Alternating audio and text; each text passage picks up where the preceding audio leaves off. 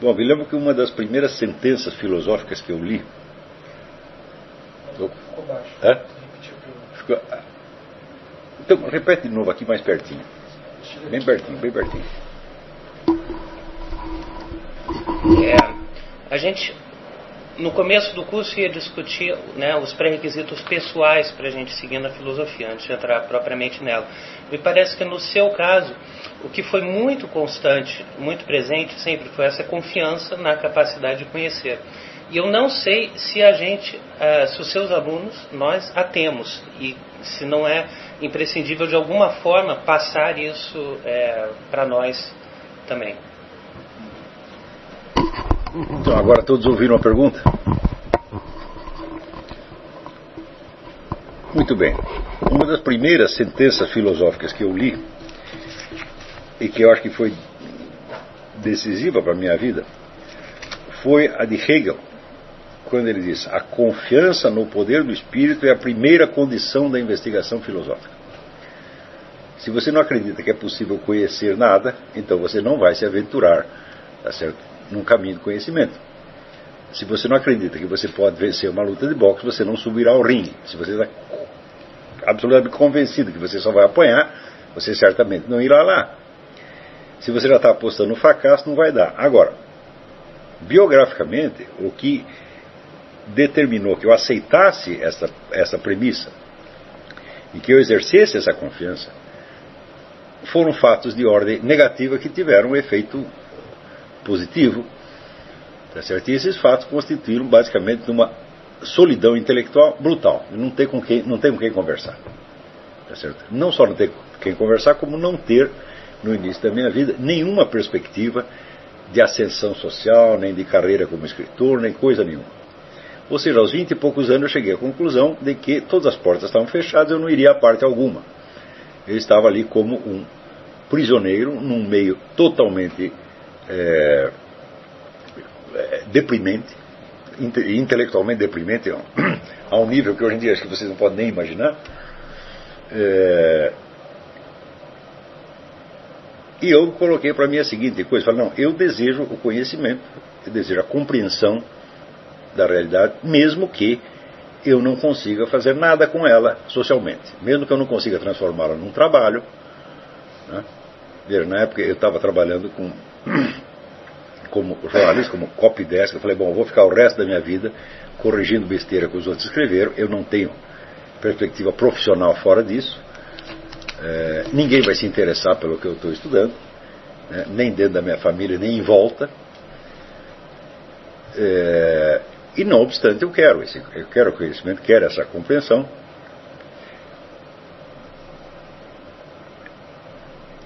da qual só haverá uma testemunha, é Deus. Deus sabe o que eu estou sabendo, Ele sabe muito mais do que eu sei, tá certo? E se Ele sabe tudo, Ele pode me mostrar um pouquinho à medida que eu for perguntando ou precisando, tá certo? Então, vamos dizer, eu confiei no meu poder de conhecimento porque eu não tinha mais nada em que confiar. Então, é uma situação enormemente compressiva que acabou tendo um efeito benéfico no fim das contas. Eu sei que a maioria das pessoas que entra nesta ordem de estudos não tem não tem, nem viveu a situação que eu vivi e nem tem esta confiança. Mas se não tem, é melhor você adquiri-la. Porque se você não confia no seu poder de conhecimento, você vai confiar em quê? Em mim? Ou nos autores que você lê? Aí você está liquidado, porque todos nós vamos te decepcionar, mesmo porque eu não estarei com você 24 horas por dia para tirar você das suas dúvidas, né? Nem eu, nem Platão, nem Aristóteles, nem ninguém. Então, lembra essa sentença de Hegel: se você não confia na possibilidade de conhecimento, não entre nisso. Por outro lado, é preciso você lembrar que a possibilidade de conhecimento ela se desenvolve e ela se manifesta no tempo. É outra frase que também sempre me impressionou: veritas filia temporis, a verdade é filha do tempo, dizia Santo Tomás de Aquino. Portanto, às vezes quando você tem uma pergunta, pode ser que você leve 20, 30, 40, 50 anos para responder. E se você não é capaz de suportar uma quantidade imensa de perguntas sem respostas, você também não vai poder avançar nenhum metro no caminho da filosofia. Então é preciso que você deixe de exigir a resposta imediata. Então, se você quer saber uma determinada coisa, mas aquilo permanece na sua mente como um enigma insolúvel, diga isso para você. Mas por que eu preciso saber disso exatamente agora? Por que eu não posso saber o ano que vem, ou no fim da minha vida? Então você tem que deixar, vamos dizer, que o próprio Deus dê a cronologia do que você vai compreender. É Ele que dirige o processo e não você. Ele é a fonte do conhecimento. Você está apenas pedindo, você não é fonte. Você está recebendo. Você nem sabe de onde vem. Não é isso? Então, vamos dizer, a confiança no poder do conhecimento e a paciência com a ignorância são as duas condições sem as quais não vai. Está compreendendo? Mas lembre-se sempre disso, quer dizer, você está estudando isso para quê? Qual é a sua finalidade? Se você pretende ser um intelectual acadêmico aceitável nos meios universitários hoje em dia, você vai ter que praticar a filosofia como eles praticam. Eu sugiro, desista disso, porque isso é uma perversão. Por exemplo, se você vai na USP, você vai ter que praticar lá o método Guerrero e ficar lá destrinchando o texto, pedacinho por pedacinho, e você nunca vai sair disto.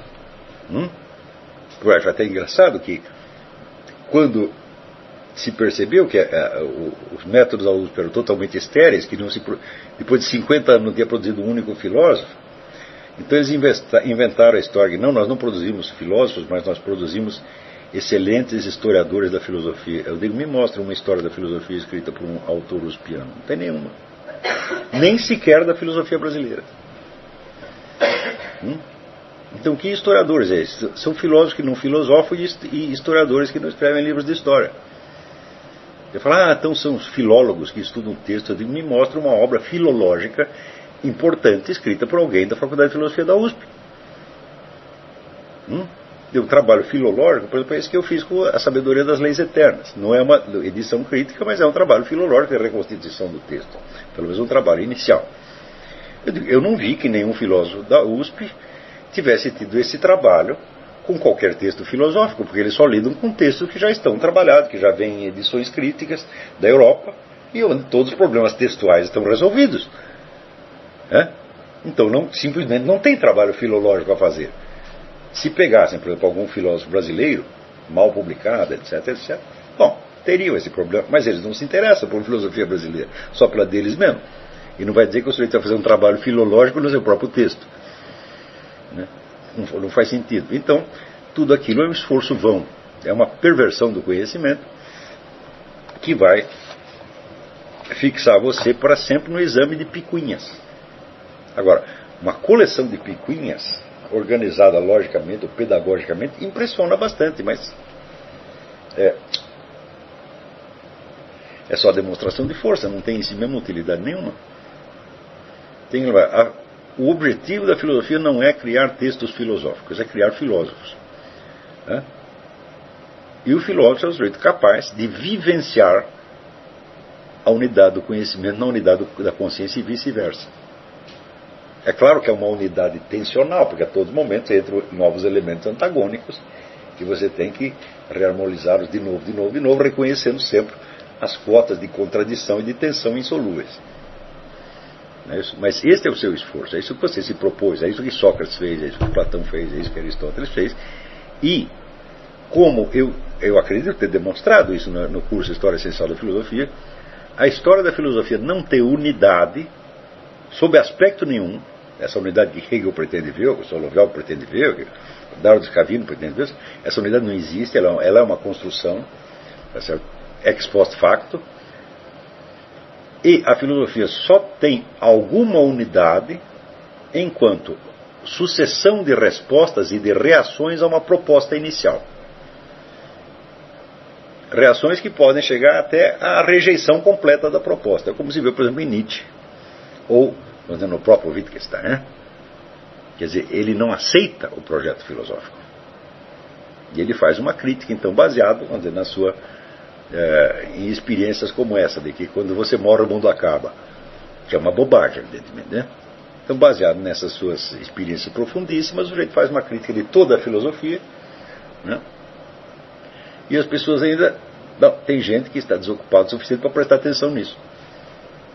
Agora, se o seu problema é demonstrar conhecimento filosófico, cultura filosófica, segundo os cânones da universidade, especialmente da Universidade Brasileira, então, meu filho, você vai ter que examinar muitos textos com muito cuidado e você mostrar que você dominou aquilo nos mais mínimos detalhes. Agora, você pode passar a vida fazendo isso sem perceber qual é a experiência cognitiva fundamental que está ali. Por quê? Às vezes, quando você percebe, depois de você ter perdido anos da sua vida destrinchando o texto filosófico, quando você descobre a experiência fundamental e você diz, é só isto? É esta bobagem? Eu digo, olha, daí você vai ter que confessar que você foi feito de palhaço. Eu perdi meu precioso tempo. Eu, por experiência, sei que quando as pessoas acreditam numa palhaçada, quando elas percebem que é palhaçada, elas entram numa crise. Em vez de confessar, olha, paguei mico de novo. Olha, eu paguei mico inúmeras vezes. Eu passei por inúmeras experiências desse tipo, não só com autores, mas entrando em grupos, em organizações, etc, etc. Só que esta é a segunda parte da pergunta que o nosso aluno Fábio tinha feito aqui. E em cada uma dessas ocasiões, eu entrava com a seguinte disposição. E é como você deve entrar no estudo de qualquer autor filosófico, ou no estudo de qualquer escola filosófica, ou escola mística, ou seja lá o que for. Eu vou fazer tudo o que me mandarem, e vou fazer com toda a boa vontade do mundo, sem criticar. Sem criticar, sem analisar nem coisa nenhuma, para eu perceber qual é o resultado. Ou seja, que resultado se obtém quando se segue essa instrução da maneira mais honesta e obediente possível, sem nada colocar nela nem tirar, sem alterar nada. Então, foi assim que eu li vários filósofos, seguindo o trajeto deles, até o momento em que eu percebesse qual era a experiência filosófica fundamental, e daí eu poder dizer, bom, isso vale alguma coisa ou não vale nada. Do mesmo modo, por exemplo, quando eu entrei num grupo gurdjieffiano, me submeti a todas aquelas práticas horrorosas do Gurdjieff, aquelas disciplinas, fiz tudo aquilo, sabe, de bom coração, sem nada afirmar nem negar. Entrei com um verdadeiro espírito experimental.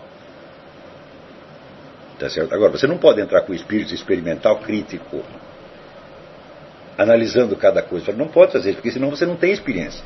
Você tem uma barreira intelectual que te impede de participar da experiência. Agora, esta participação, vamos dizer, sincera, sem adesão total, nem repulsa, é uma coisa que é difícil de fazer. E eu vejo que eu não conheço ninguém que tenha feito isso.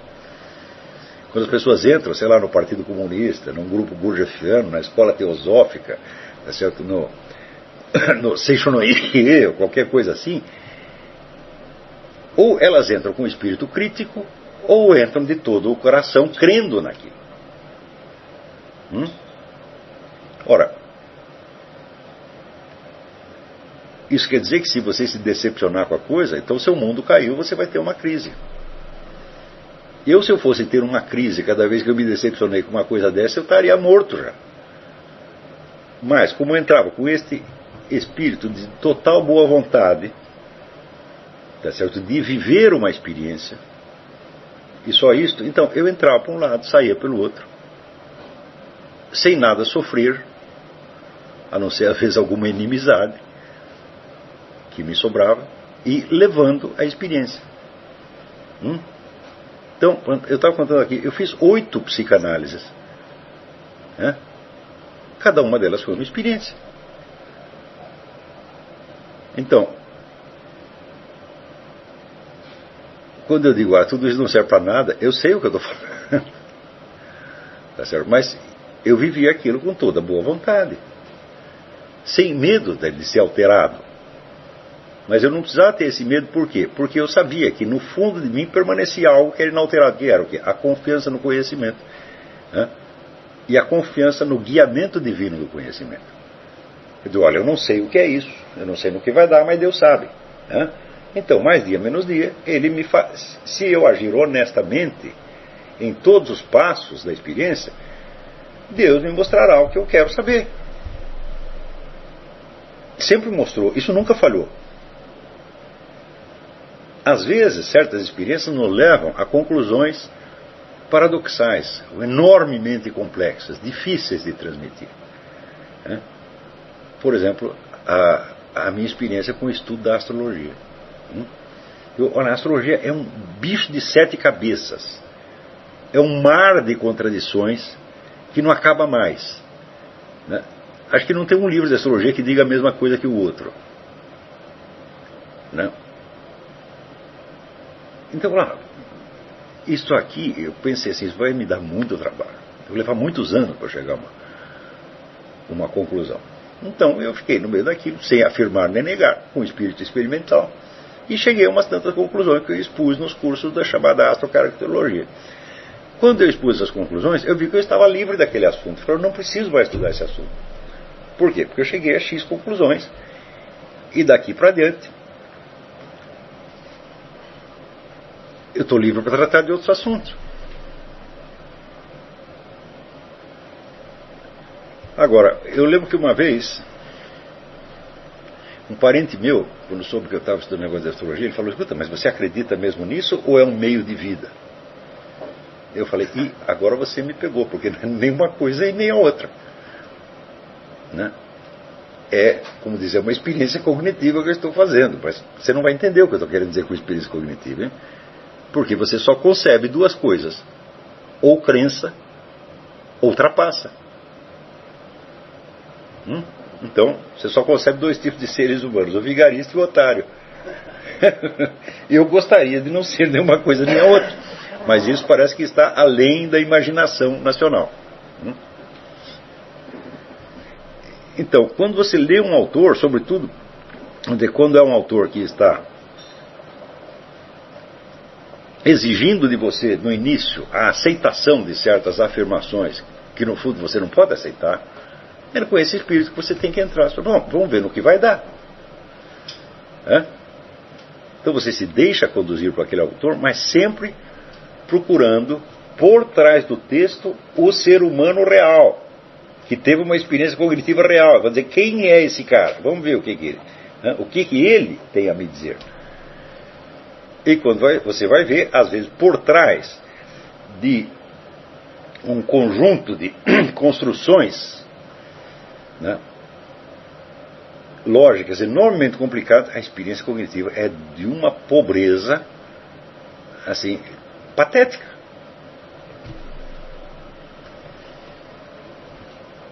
Daí você fala, não, perdi meu tempo. Eu acho que eu perdi meu tempo estudando Kant. Uns 3 ou 4 anos nisso, girando em torno de não sabia como sair. Descartes foi mais rápido. Descartes, logo na primeira, eu já percebi, quando ele diz que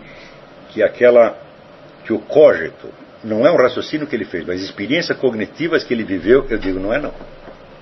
A experiência cognitiva, tal como você está descrevendo, não pode ser vivida. Ela não pode acontecer. A sua experiência cognitiva foi outra. E você está escondendo a sua verdadeira experiência cognitiva por trás dessa. A experiência cognitiva dele, que eu descrevi na segunda parte do Descartes e a Psicologia da Dúvida, foi experiência terrorífica de confronto com o demônio. Esta foi a verdadeira experiência que ele teve. E ele então disfarça, querendo dizer que foi uma experiência científica que ele fez. Não foi. Certo? Então, no caso, o próprio relato que ele oferece da experiência encobre a verdadeira experiência. E aí você precisa cavar, não o texto, mas as condições sem as quais o texto não poderia ser escrito. Presta atenção. Analisando o texto, você nunca vai perceber isso. Isso não está no texto. Agora, se você tomar o texto não como conteúdo da filosofia, mas como expressão parcial, posterior, temporária e deficiente de certas experiências cognitivas, você chega até as experiências cognitivas, as revivencia e aí você entende a filosofia. Agora aqui tem outras perguntas aqui. A Miriam Macedo. Professor Olavo, suas aulas são melhores que pudim de leite condensado. Deus preserve de longa vida. A você também, Miriam. A distinção entre a herança cultural e a experiência do mundo real, enfatizada na aula de hoje, pulveriza a argumentação cretina usada pelos defensores do relativismo cultural de que enterrar vivas crianças defeituosas, como faz os Yanomamis, é prática que o homem branco deve respeitar. É só perguntar aos relativistas se as crianças enterradas vivas só morrem culturalmente. Então é exatamente isso. Quer dizer, você não pode supor, como diz toda esta escola, essa corrente, vamos dizer que o núcleo de experiências, vamos dizer, pré-filosóficas, ou pré-científicas, ou até pré-verbais, é constituído de uma herança cultural. Não é. A herança cultural faz parte disso, mas não é tudo. Inclusive porque toda e qualquer herança cultural, ela já vem com um elemento de incerteza e de relatividade. Porque o aprendizado de qualquer elemento da cultura, ele é problemático em si. Quando, né, você põe um bolo em cima da mesa e manda a criança não comer, você acha que ela vai aceitar isso aí na maior? Não, é difícil ela entender. Fala, não, nós vamos ter uma festa daqui a pouco, só pode comer a partir de certa hora. Eu digo, não há nada natural nisso, é?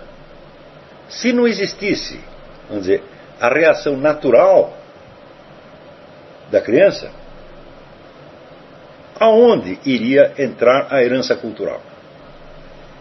Eu digo, você acha que fome é herança cultural? Hã? Certamente não é. Então, mais ainda, eu não estou dizendo que este elemento pré-verbal, não sendo cultural, é inteiramente físico. Eu não estou dizendo, porque a diferença entre o físico e o não físico é cultural. Hã? Eu estou falando daquilo que o Louis Lavelle tão maravilhosamente expressou como presença total. Você está na presença total, que te inclui, e essa é que é a experiência fundamental do mundo. Herança cultural é um pedacinho disto. Né? Como você poderia viver dentro da sua herança cultural? Para pensar um pouco. Hã? Quer dizer, antes você precisa ter nascido. Nascer é uma experiência cultural? Não, mas ela é só física? Será, por exemplo, que as condições, né, do seu parto não se impregnarão em você de alguma maneira e você não terá recordações de antes? Eu digo, será que tudo isso é cultural? Não é nem cultural e nem natural, meu filho. Faz parte simplesmente, vamos dizer, da experiência de estar no mundo. Então não é possível você reduzir a sua experiência do mundo a elementos culturais, e muito menos naturais. Porque a distinção entre natural e cultural, meu filho, ela é cultural. Você estuda um pouco o Eric Fögering, o que eram civilizações cosmológicas, e você vê o trabalho que deu para a humanidade conseguir distinguir cultura de natureza.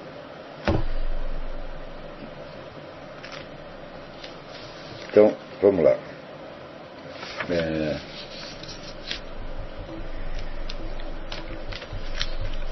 Marcela Andrade. Isso não é uma pergunta, é apenas um relato. Quando o curso estava na aula 24, comecei a namorar um rapaz aqui da minha cidade. Logo que começamos, eu percebi que teríamos problemas se ele não entrasse no curso. E tomei para mim, ingenuamente, a tarefa de trazê-lo para o curso de filosofia. Ele é um rapaz talentoso, tinha grande interesse por Nietzsche e vivia mergulhado num oceano de incertezas filosoficamente provocadas. Muito bem, às vezes ele vinha me visitar aos sábados e eu estava assistindo a aula. Ocasião em que ele sentava ao meu lado e eu via também. Um dia, creio que lá pela aula 38, ele ficou muito impressionado, mas sem saber como se expressar. Foi balbuciando algumas coisas e eu, interpretei aquilo de uma maneira totalmente errada e comecei uma tempestade verbal. Disse a ele um monte de coisas, que não deveriam ser começado a namorar, que não era aquilo que eu queria, etc, etc. E ele, como sempre muito calado, não dizia nada, apenas ia absorvendo até chegar no limite.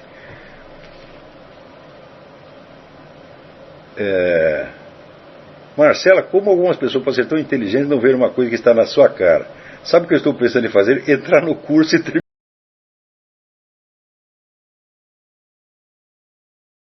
Quando eu percebi, e foi instantaneamente, o tamanho da minha incompreensão, Fiquei muito triste, decepcionado mesmo. A máscara de profundidade caiu no mesmo instante e eu me vi tão rasa, tão leviana de juízo, tão estupidamente superficial.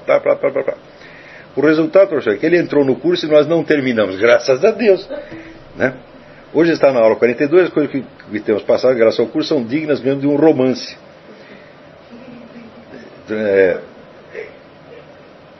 Bom, esse é o relato. Olha,